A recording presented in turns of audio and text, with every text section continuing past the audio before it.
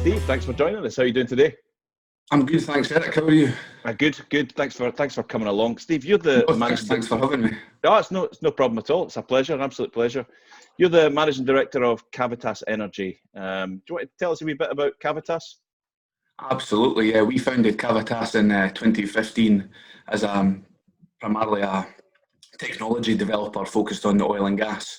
And our main project that we're working on just now is a thermal enhanced oil recovery device, a downhole heater for heavy oil wells. But ours is a little different than some of the other stuff that's on the market in that it's mechanical. So we are sort of approaching market readiness with our device, which we call THOR, primarily because it's an acronym of thermal heavy oil recovery.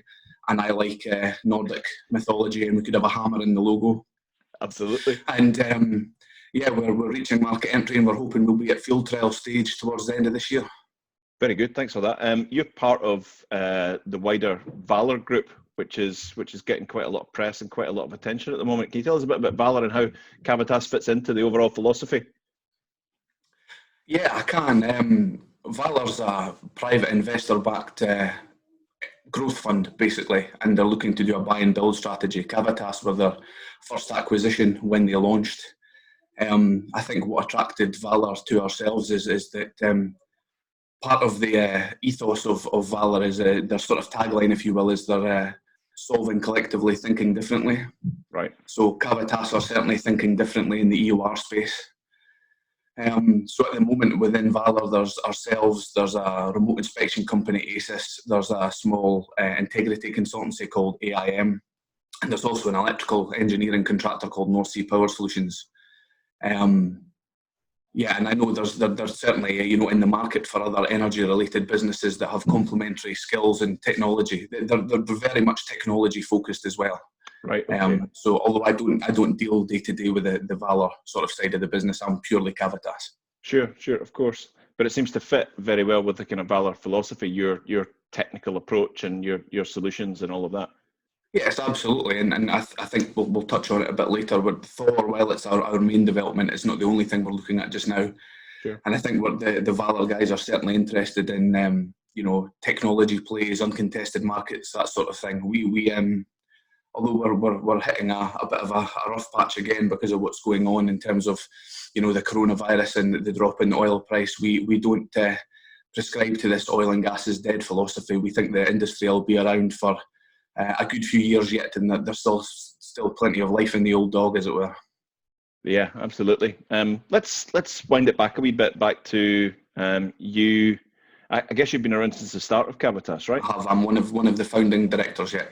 So tell me a bit about why you set up the company, and a bit about that journey through setting it up, starting, and how you get to where you are today. Yeah, okay, it's interesting. I'll be upfront. I can't claim any sort of. I can't put any claim on the idea, the actual essence of the heating device, which I'll touch on a little bit briefly. That was brought to the table by my business partner Graham, who I'd worked with previously. About 7 years before we founded Cavitas, when we both worked in a small integrity company called ICOR, who were part of the THOR group. So Graham's got a bit of a track record on technology plays and bringing new technology to the market. So he approached me in, I suppose, late 2014, early 2015, and said, look, I've got this idea. I think it's got mileage. Would you be interested in coming on board and running it for me as a company? Which I jumped at the chance because it was the first opportunity. I was looking, previously my history had been business development, commercial roles. So to get the chance to actually run something and have a shareholding in it was very much something I was looking for. Yeah. The downside to the timing was we founded the company in sort of April 2015, right before the last downturn really bit. And we'd actually started with the idea, I think because Graham and I both had an integrity and fabric maintenance sort of background, of using our mechanical heat generator, if you will, as a portable steam cleaner. So to go offshore, it would be fully... how the device works is all it requires is a rotational force to generate heat. We basically have it's the shaping of the internals of the clever part. There's actually a really good animation on our website, cavitas.co.uk, which explains it far more eloquently and with a nicer voice than I can. But I'll do my best. the internals of the device are the clever part, and the device is basically a fully sealed unit, and it's filled with a fluid, and when a rotational force is put on the rotor spins, and it generates a number of hydrodynamic actions within the fluid, and the byproduct of that is to generate heat. So then it heats the outer body of the device, and it creates what I found the easiest way to describe is, if you can imagine, it's a liquid-filled, mechanically powered heating element. Right. And any fluid passed over the top of it is heated. Right. So our idea initially for the steam generator was it would be plug in electric, or you need an electric motor connection, a water connection, and boom, off you would go and would generate steam, in comparison to the really massive, 20 plus ton steam generators that were diesel powered in the industry. Now, because of the downturn, and I think maybe we were a little bit ahead of the curve, the uptake on that was pretty poor. Right. Trying to get anybody interested was really difficult. So then we started to do a little bit of research on, what are other applications in the industry we knew best, i.e. oil and gas, for heat? And thermal EOR sprung up. And we started looking at the feasibilities, like could we slim down the tool and make it a downhole heater? And especially when you start to look at some of the numbers. I mean, if you look at, heavy oil is huge throughout the world. The reality is for more and more of the world's oil is becoming mature basins. The easy stuff's gone. What's left behind is more challenging fluids. A lot of them are heavy, a lot of them are waxy. If you look at the market on our doorstep in the UK, I think the oil and gas authorities' numbers from a couple of years ago were, they think there was anywhere between 7 to 9 billion barrels of what they would deem to be heavy oil in the North Sea waiting to be recovered, with no real easy means of doing it. And thermal is one of the best ways of doing so. So it's a fairly radical departure to start off with something that you're thinking is going to generate steam for cleaning purposes, or to replace traditional large footprint steam generators, to suddenly thinking, let's change course and let's go after subsurface, kind of downhole. I mean, that's fairly bold, challenging thinking, right? Yeah, I mean, we were lucky that in the company, between myself and the other guys who were on board with us initially, Graham, my business partner especially, had downhole. One of his first technology plays was a downhole piece of equipment. So we understood the downhole market. But one of the first things we knew that it was such a departure, and it's interesting you touch on it, the steam generator idea is by no means parked. It's actually just in the last couple of months that conversation's kicked off with somebody again. So it's funny how things are cyclic, and maybe we're just a little bit too in front of the market. Hopefully, we'll see. Yeah. We knew it was a bit of a jump, and especially we had some downhole experience in the company, not in thermal EOR. So we went down, we spoke to a few experts, got their take on it. We knew there were downhole heaters in the market already, different ways, the electrical cabling of wells. It's industry recognised that thermal is one of the best ways to get heavy oil to move. But like all EOR technologies or projects, they're based on energy in versus what you get out. Now, what sets our device apart compared to some of the others on the market is that we can deliver quite a lot of energy in quite a small package. So our energy density across the heating element is quite large in comparison to the electrical heaters that are on the market.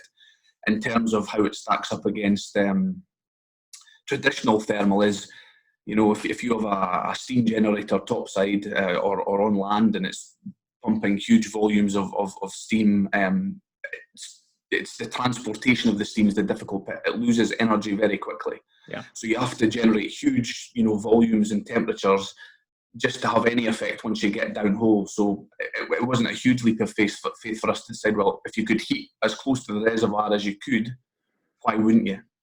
And our device in itself is quite, it's pretty energy efficient. We've had some work done by OGIC, and we're now involved with the OGTC, where that our device is sort of running at a 91% energy transfer capacity. So 91%, at least 91% of the rotational energy being put in is being, created as steam or heat out the other end. And I really don't think we're going to get much more efficient than that. I mean, that's pretty good. Yeah. So for every kilowatt of it, if you're talking electric, for every kilowatt of energy going into our device, you're getting 0.91 of a kilowatt equivalent in heat coming out. So that, as well as the operational efficiency of heating at source, reservoir-wise, there must be a cost saving there for the operator.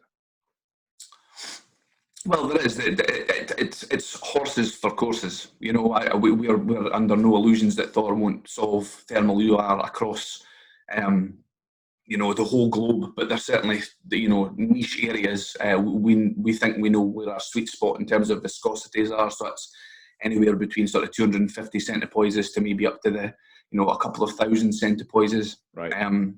We've had a little look at the Canadian market, but I'm not entirely sure our device would have the grunt to move some of the really, you know, heavy sand type stuff they've got there. But the main cost saving in our device versus traditional thermal is equipment footprint, we feel. Our device is pretty small. All that you would need to run it is an electric or a hydraulic motor with the connectors to put it in the well.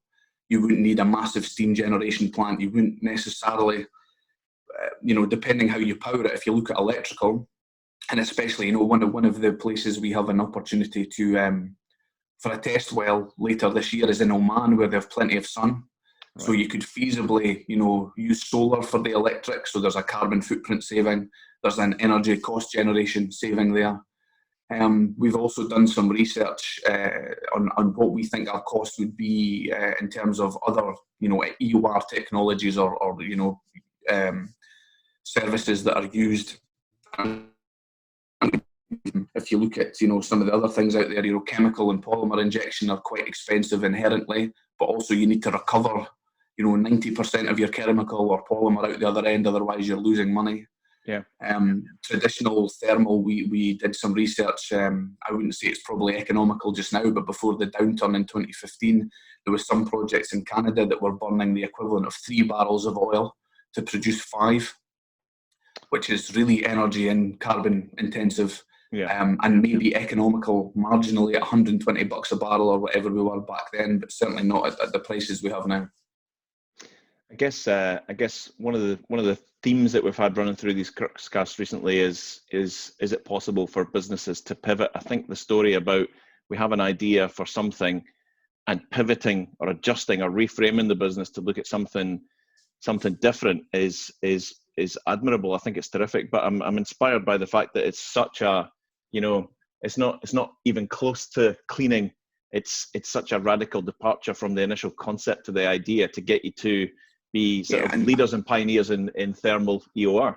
Yeah, and I think there's also a commercial aspect to it from a business. You know, as much as, you know, we're oil and gas. I hate to use the term because I don't feel that old, but I suppose in some respects, you know, myself and Graham, who are now in our 40s, would be considered veterans, having worked in the industry for 17 odd years, I guess, certainly in my case. But yeah, and as much as we're bought in the industry and we're there to help, we're a business at the end of the day. So there was certainly a commercial aspect to look at it. And one of the first things we did was to look at, you know, we had a pretty good idea of the sort of heat THOR could generate, but we didn't really have any idea on what effect that might have in a heavy oil field. So we took on a geoscientist, Nick, who's still with us, but he initially joined us on a 3-month part-sponsored internship from Aberdeen University. He was straight out of uni.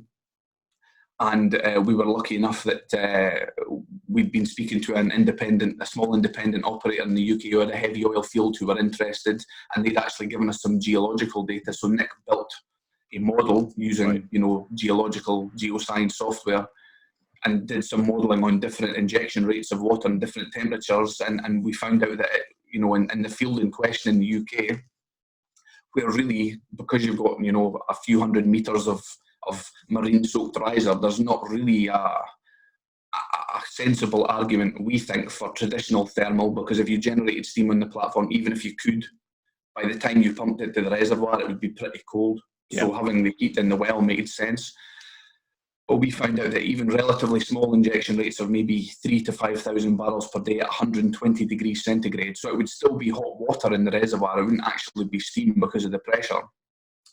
Depending on the flow rate, the lowest end of our estimate was a 6% increase on the recoverable, which on that actual field equated to 53 million barrels. Crikey. So once we figured that out, we thought, well, there has to be, you know, there's an economic argument to do this from not just the customer's point of view, but as a business. And And the steam generation and fabric maintenance industry is all well and good, and it's still something we're looking at. They're just not the same level of, I think I've heard a few people say, in the industry, everything below the surface is of value and everything above the surface is of cost, and that's generally how it, gets cut off. Yeah, absolutely. So back in the day, you have the idea, you go down a particular route, you change, you get to this point, you do all the R&D, bring in the science side, you prove it. You'd say that there's some sort of test project on the horizon, or what does the project world look like for you at the moment?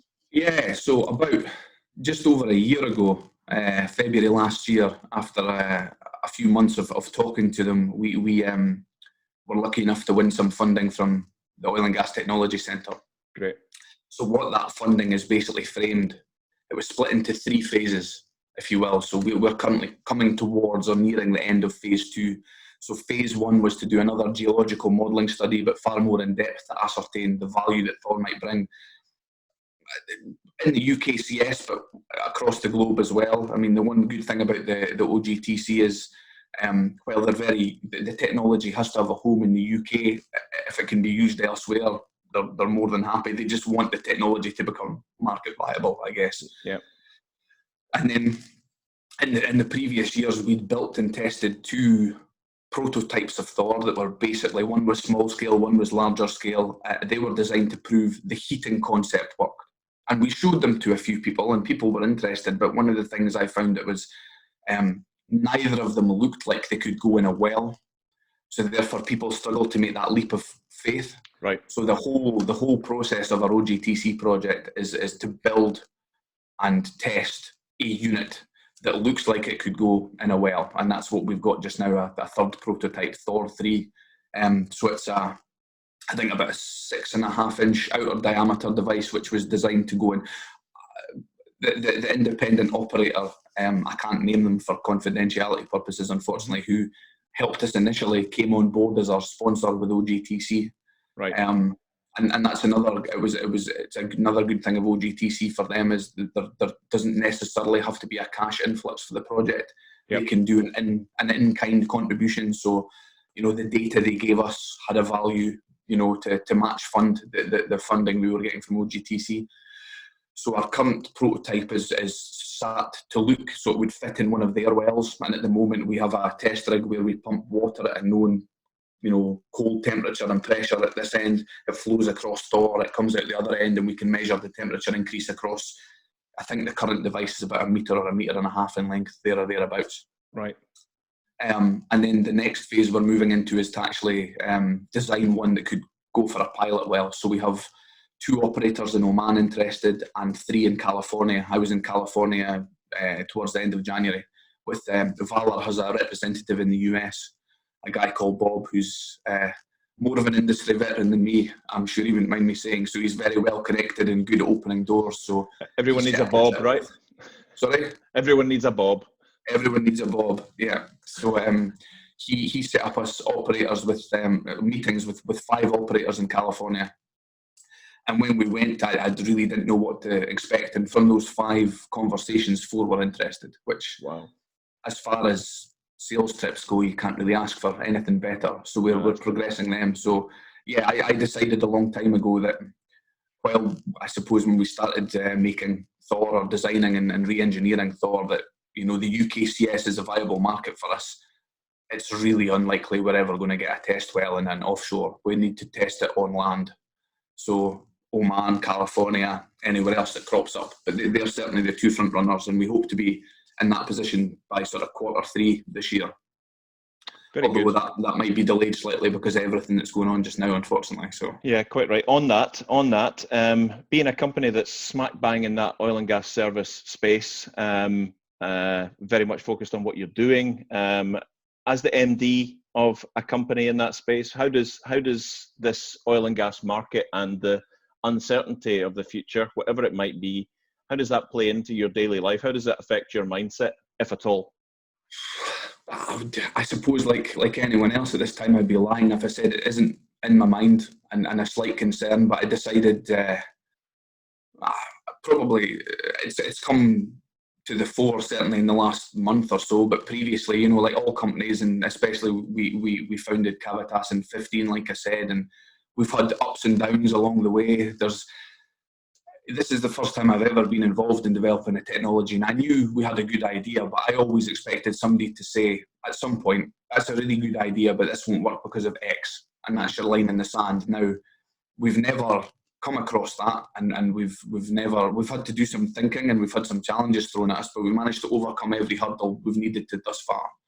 So as far as the wider geopolitical position goes, it's a concern, but I can't control it. So to an extent, we'll just have to keep doing what we're doing and hope that I have faith the oil and gas industry will come back. It's such a, you know, pivotal part of the world. It might take a few months. You know, this is probably the coronavirus, you know, and the oversupply that's going on just now probably is a bit of a kick in the teeth, because the industry looked like it was beginning to pick up after the last one and this happened. But as China slowly begins to come out of its lockdown, it'll start manufacturing at pace, as will India. So the demand will come back. Yeah, I suppose it's how long that takes is the concern. But we're lucky we've got our OGTC funding. We're quite a small team. We run ourselves as lean and mean as we can. We've got the Valor backing there as well. So at this immediate moment in time, I'm not too concerned. And from how we're managing the current scenario, you know, we've used the government support that's available where we can. We're all working at home. We have a sort of weekly call. How's everyone doing? And it's not just work. It's how's everyone doing? Everyone, you know, keeping safe. And what can we do in the next couple of weeks to inch us, you know, forward, you know, or closer to where we want to be, but while working in the constraints that we've got just now. Yeah, very good. That's admirable mindset. If I know technology companies, you're talking about the R&D phases that you've been through. It sounds as if you might be the company that's thinking about, okay, you've got THOR to deal with, you've got the steam generation sort of topside interest back again, but if I'm right, you're probably thinking about other things and bringing new things to the table. Anything that you can share with us at the moment, or even just concepts or? Yeah, no, I mean, both of them are pretty conceptual, but we've just filed patents for both, Right. and we've got interest from customers in both. So the first one I'll touch on, so again, continuing with the Nordic theme, we have a bit of technology which we call Magni, because Magni was the son of Thor. Right. And it's basically a smaller intervention heater that we would look to run on something like E-line, for example, and the idea being of going in and cleaning wax and paraffin or other, you know, heat sensitive blockages out of wells that are either shut in or certainly restricted flow. You know, wax and things like that's a huge issue across the industry, not just in heavy oil fields and all types of chemistry. So we've got that's sort of still at the drawing board phase, but because we've done most of the major design of THOR, it's just a sort of streamlining it down exercise really. So that's pretty exciting. And the other one is our lead designer, Ray, when he came on board, that would be a couple of years ago now, I guess, he had an idea in his head that he brought to the table, which is for a torque and drag reducing casing centralizer. Right. Basically, like it's run on tank tracks. So we, at the moment, it's codenamed Aurora, where we're looking, I'm trying my best to find a Nordic theme name for it, but I've not quite nailed it yet. We were toying with Sleipnir at one point, because Sleipnir was the 8-legged horse that Odin went about on. But because Equinor have a field called Sleipnir, I thought it looks like we're copying, so we've packed that. But it's actually, we've built 2 prototypes of Aurora so far, and Ray's currently got the latest one at home. He's just waiting for the new tracks to come in. And our next phase in that development is to look at maybe a dummy well where we can run it in.